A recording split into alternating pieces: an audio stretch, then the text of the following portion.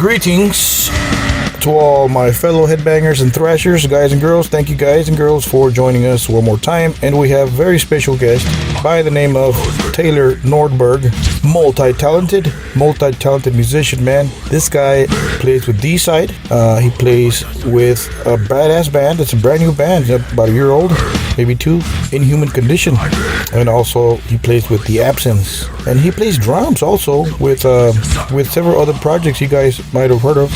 Gore Gang, Eye of Purgatory, and so on. So anyways, and he's played with Massacre also. So anyways, let's check out INHUMAN Condition's latest video music single by the name of Recycled Hate.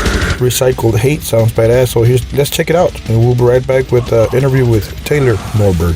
Enjoy.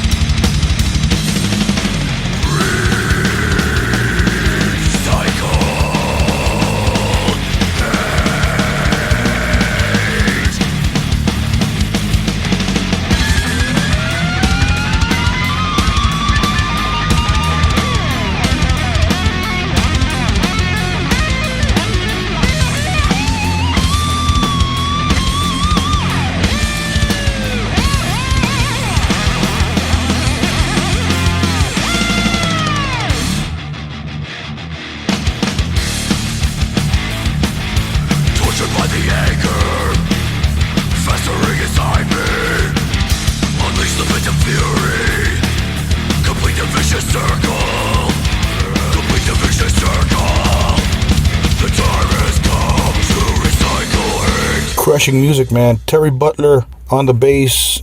You got Jeremy Kling, vocals and drums. He also plays with Venom Inc., by the way. So I'm gonna try to get him on the show so very soon here. So anyways, and you got, of course, Mr. Taylor Nordberg on the guitars. And right now he's in preparation for a DEICIDE North American US tour, in which they're gonna play the 30th anniversary, dedicated to the album Legion, CD number 2 for DEICIDE, released back in 1992. They're in preparation stages right now. So anyways, here's an interview with Mr. Taylor Nordberg. Enjoy. First of all, congrats on joining DEICIDE. Thank you very much. Appreciate that. So how did you land the D-side gig? Did you already know the guys?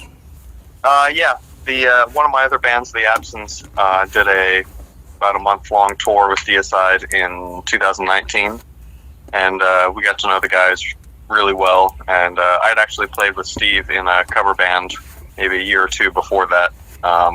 So I knew Steve, and like I said, we got along really well on that tour we did with The Absence and DEICIDE, and found out that Glenn actually lives like 2 streets over from where Jeremy and I live. So, really? Yeah, he was like, yeah, if you guys are ever in the neighborhood, come on over. And we're like, Glenn, we're always in the neighborhood.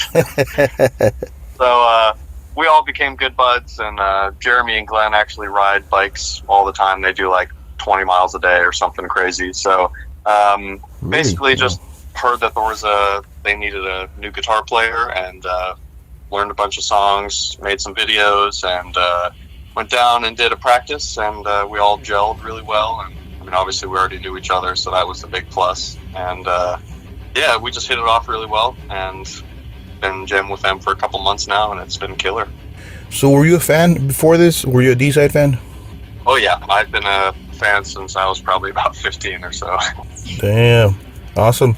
I play guitar too. Killer. I play guitar here in Texas too, and local bands.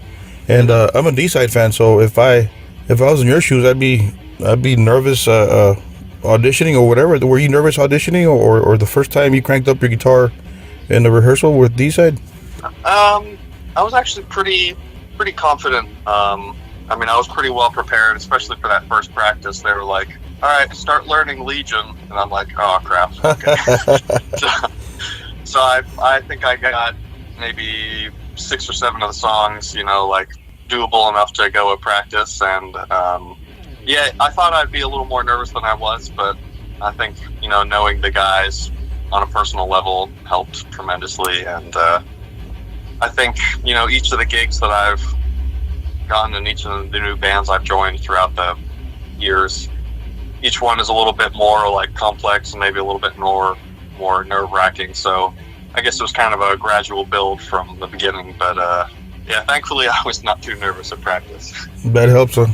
I've met D-side twice. I've seen him twice.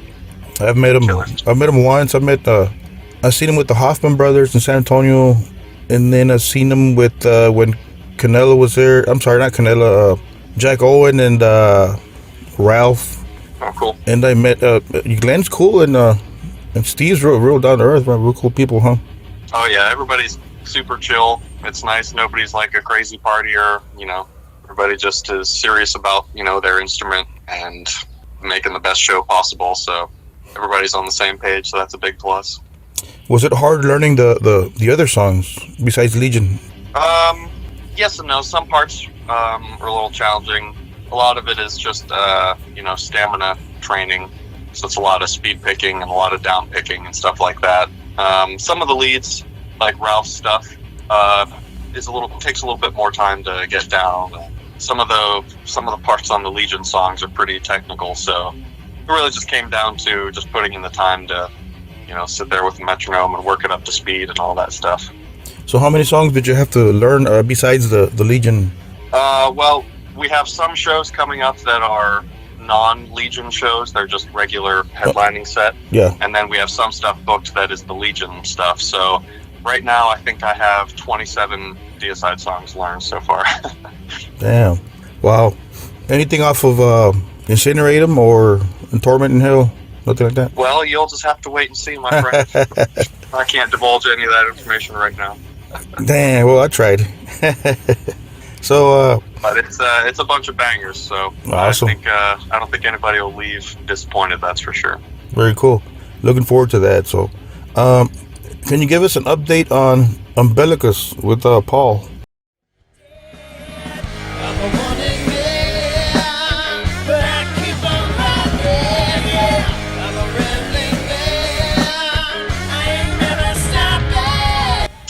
Yeah, actually, just finished up the mix and master. Awesome. Maybe 2 weeks ago. So now we're working on trying to find artwork and getting a little bit of a game plan together for a release probably this fall, it's looking like. That one's been kind of like a slow build. We've been jamming for a while before we even announced the band, and then we announced the band, and then, have to finish up the mix and figure out the singles and get videos and band photos, and there's a lot that goes into putting an album out. But I think we'll probably end up self-releasing the album. Nothing's set in stone, but it seems like everybody's pretty on board with the DIY kind of mentality of let's just see where it goes and build it naturally and try and just build it up from the ground. So yeah, hopefully we'll have a little bit more coming up soon, as far as sneak peeks and maybe a little teaser here and there. Awesome. So how did that come together? For people that don't know, we're talking about Paul from Cannibal, right? Yep. Well, actually, the formation of the band goes back about 20 years. Paul and Vernon Blake, who's the bass player, had originally started the band with Jack Owen in like 2000 or 2002 or something like that. And it was a little bit more of like maybe a little more 90s vibe at that point. Yeah. But they had done, I think they did a couple shows, and they had, I don't know, maybe about an album's worth of music. And then I guess Cannibal kind of took off more at that point. So it was kind of on the back burner for a while. And then Vern and Paul decided to kick the band back up. But Jack wasn't interested at the time. I think this was right when he joined 6 Feet. So okay. he was out, and I didn't know Paul at the time, but I knew Vern, and we had some mutual friends, and they said, well, maybe you should try jamming with these guys. So I just, like I said, learned a couple songs and went down and jammed with them, and we all got along super well. And then eventually we kind of phased out the older songs and started phasing in some new songs. So it was a couple month process before we, had our material down. And then, we've just been hitting it off, and those guys are great friends at this point. So I'm excited for that band to start doing some things. Wow, very cool. Looking forward to that. So let's talk Rat God, the debut album by INHUMAN Condition.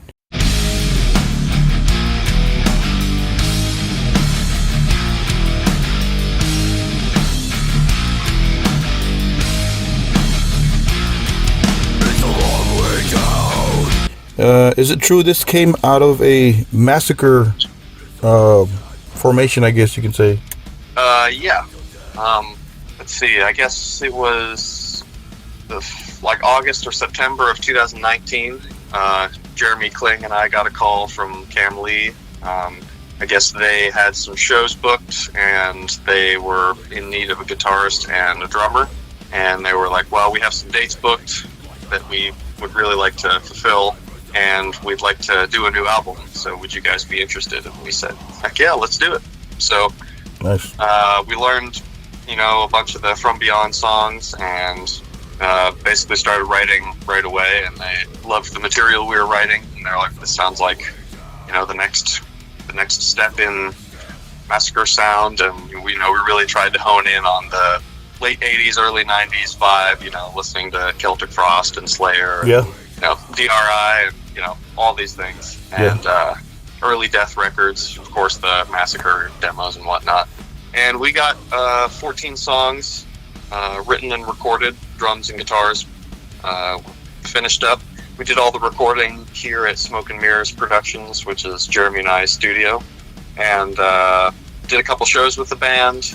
And throughout maybe the year that we were in the band, things kind of just got weird and became a situation where Jeremy and I no longer wanted our reputations attached to what was going on. So we removed ourselves from the situation, and once we knew that they were going to go ahead with new members and write new material, we said, well, we have these killer songs, we shouldn't just trash them. So we said, well, let's just make a new band.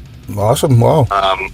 And rather than just making it a totally brand new start from scratch thing, we were like, well, it was written to be the new Massacre album, so let's let people know that it's not supposed to be like a tribute act or something like that. I mean, it was Massacre. So wow. We had Terry reach out to us, and he was asking, what happened between the breakup.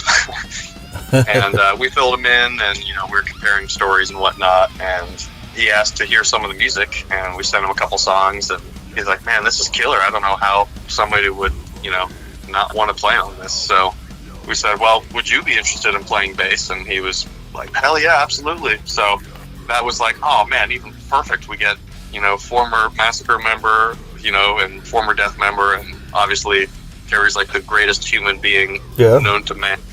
Yeah. So it was killer when he was on board to be a full-time band member and make this a real band. So we had the name Inhuman Condition in mind already because that was a Massacre EP, and not to mention it's just a killer band name, given the world's situation and where humanity is at right now. So and Terry actually wrote the song Inhuman Condition, so it was even more perfect. Yeah, I had we put his bass on the songs, and Jeremy laid down the vocals, and we did a self-release.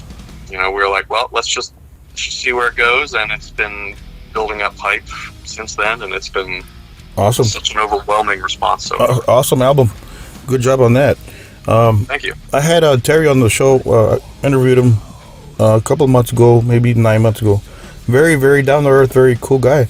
How is it working with a legend like that? He's a legend in the death metal business, and he doesn't seem like a legend when you talk to him. He's just a down to earth guy. And how is it working with such a legend? Well, I think Jeremy and I say this all the time. He might be my favorite person to tour with because he's just he's the nicest dude. He is the most passionate dude about his craft. He is super dedicated. He's willing to schlep it in a van and sleep on the floor and drive through blizzards, and he is not afraid to hoof gear, and he's just a team player is like an understatement. That's the word right there. It's so great playing with him. Yeah. He's his bass tone is just incredible. Oh yeah. So he's definitely a guy you want on stage right when you're on stage and you have to deck out for a solo. He definitely holds it down. So yeah, it's an honor. So when can we expect the new Inhuman Condition album? Well, we actually just released the artwork. The new album is called Fear Sick. Oh wow. It's going to be out on July 15th. Perfect. So pre-orders will go up here in about 2 weeks. Oh wow. With the first single and first video. So this album actually has 5 of the original songs that we wrote with Massacre. So 9 of those songs went on to Rat God, and then we saved 5 for this album. So half the album was actually written when we first did the Massacre songs. Nice. Wow. So give us an update on The Absence.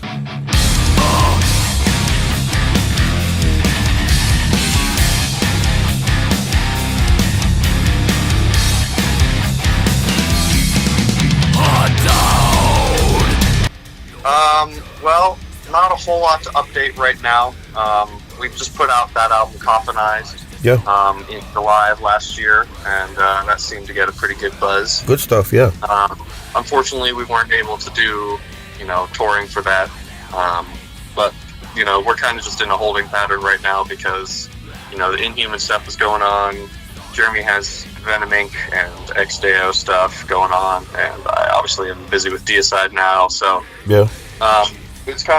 we're kind of just on hold for the moment, but we talked about writing some new music maybe later this year, so we'll see. Anything could happen with that. Very cool.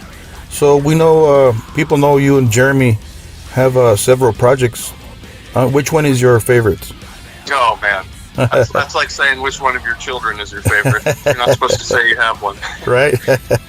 Well, obviously playing with Deicide is a dream come true, and it's wild to be able to play, Dead by Dawn with the guys and stuff. But aside from that, Inhuman Condition has just been a total blast. It's a band that has no stress, there's no egos, there's no disagreements of mass proportions, and like you said, everybody's a great communicator, which is everything. It's like being in a marriage. If you can't communicate, that's never going to work. So Yeah. And the music is just such a blast. I mean, I grew up being a thrash guy and got into death metal after that, so I was kind of always a fan of like the, you know, that border right between death metal and thrash metal, you know, so Death, Obituary, Oh yeah. you know, Massacre, stuff like that. So it's right up my alley as far as riffing goes, so big fan of it. Awesome. Are you concerned about pulling double duty on this tour, DEICIDE and then Inhuman, you know? No, at first I was a little maybe like, oh god, it's really happening, I'm gonna have to do 2 sets. I've done 2 sets before on some other tours, maybe not quite at this level, but the Inhuman set's only going to be 30 minutes, so, you know, if anything, Yeah. I'll just be even more warmed up for the DEICIDE set. Yeah. So, no, I'm not concerned at all. I'm actually really looking forward to it. I think it'll be great. I'll be in great guitar shape after that tour, that's for sure. That's for sure, yeah. A lot of right-hand riffing and a big work out there for sure. So, is there a project that you would like to talk about, mention something, a project within you want to talk about, you know? Well, one that we haven't brought up yet is 4.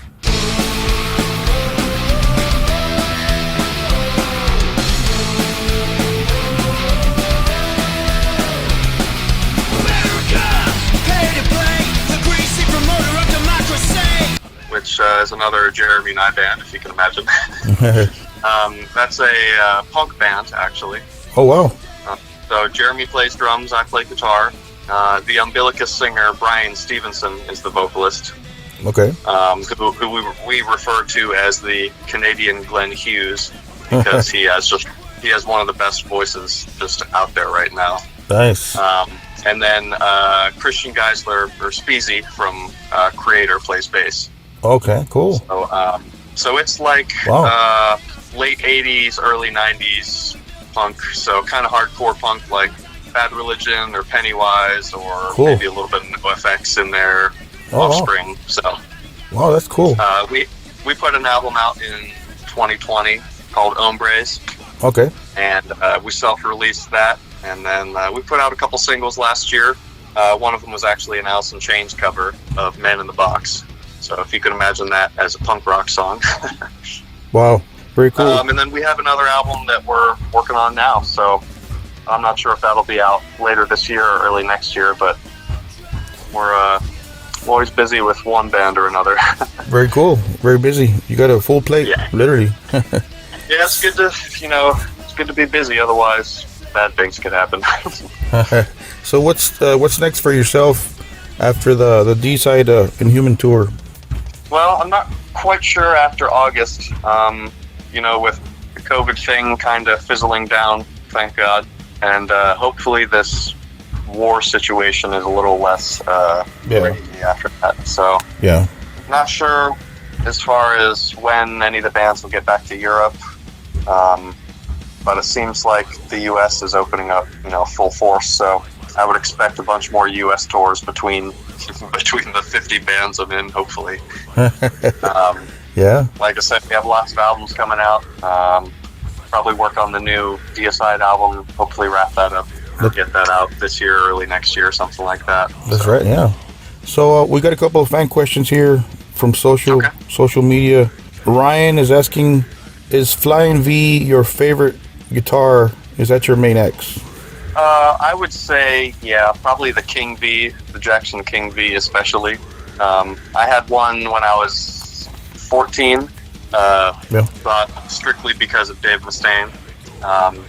And I've just been so attached to that. I mean, I still have that guitar today, and I've had several King Vs, and I've tried Kelly's, and I've tried Stars, and I've tried the Randy Rhodes, and I love them all, but they never quite compare to the King V, so that's definitely my favorite. Very cool. Vincent is asking, how difficult to play are the Legion songs, and what is your opinion of Legion?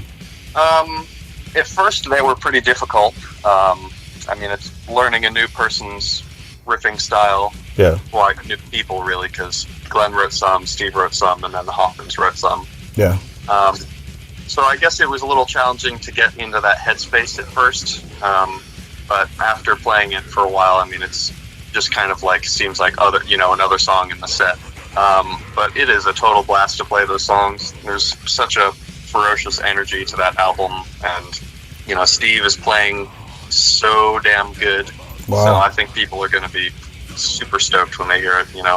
Tried to get the grooves a little more locked in than the record.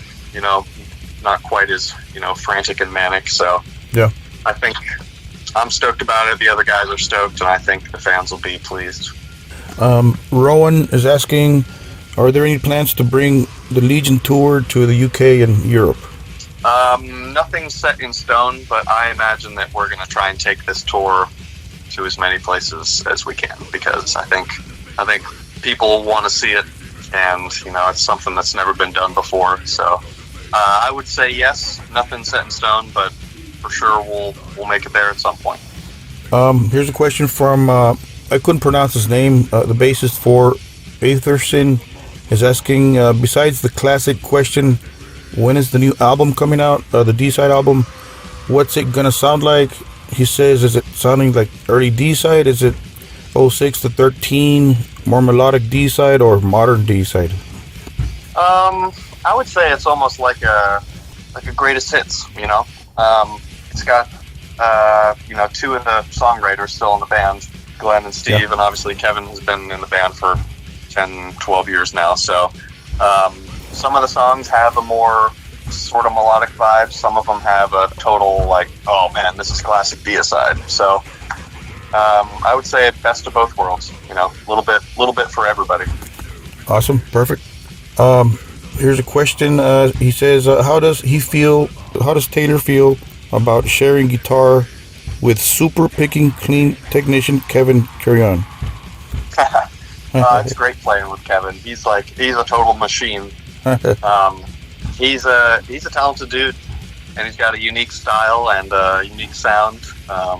His right hand is like a hummingbird. You watch it. It's great to have him on the other side of the stage. I mean, obviously I haven't hit the stage yet, but the metaphorical stage, the other side of the rehearsal room. Yeah. It's great. He's a great player, and I think we complement each other's styles pretty well. Didier says, it's the last question here. Didier says, does Taylor plan to play the Hoffman solos on Legion or to blow his own signature? I guess that means, are you playing it closed? Or I don't know. I'm pretty much trying to... I want to do the album as much justice as possible. Yeah. Obviously, some of those solos are just kind of, chaos, like Slayer kind of solos. So I don't, do note for note on those runs, but the whammy bar stuff, and where there's a bend here or an ascending part here or a descending part here, I try to get the vibe of that. And yeah, they do a lot of chromatic stuff, which I've been able to try and hone in on that kind of chaos solo vibe. So I would say I try to do it 75% like the album for the Hoffman solos. Wow. Would you like to send a message to your fans listening to this podcast? Thank you everybody for all and any support on all and any of the bands. Super appreciated. You guys, Inhuman Condition, I'm pretty sure we have the greatest fan base on earth, and I really can't wait to unleash all these new albums on everybody and finally hit the road and see the West Coast in August. And stay positive. Keep your head up. Awesome. Thank you for making time, Taylor. I appreciate that. Thanks for having me. Yeah, we'll see you on tour very soon in Texas. Thank you. All right. Cheers, bud. Subscribe. Don't forget to subscribe and share our YouTube videos. Share, download, stream. However you want to support our podcast here, thank you. Much appreciated for myself, James, your friend. And don't forget to support Mr. Nordberg's projects, The Absence, D-Side, the up-and-coming new D-Side album coming real soon. And, of course, Inhuman's new stuff, Inhuman Condition's new stuff. That is awesome stuff, man. So we want to thank Taylor for making time, and actually a very, very requested guy in the death metal scene right now. So thank you, Taylor, and thank you to D-Side for bringing in a badass guitarist to the band. Thank you to Mr. Kevin Carrion, Steve Ishame, and Glenn Benton out there, and Terry Butler and Jeremy Kling. So anyways, thank you, guys and girls, and don't forget to keep it metal.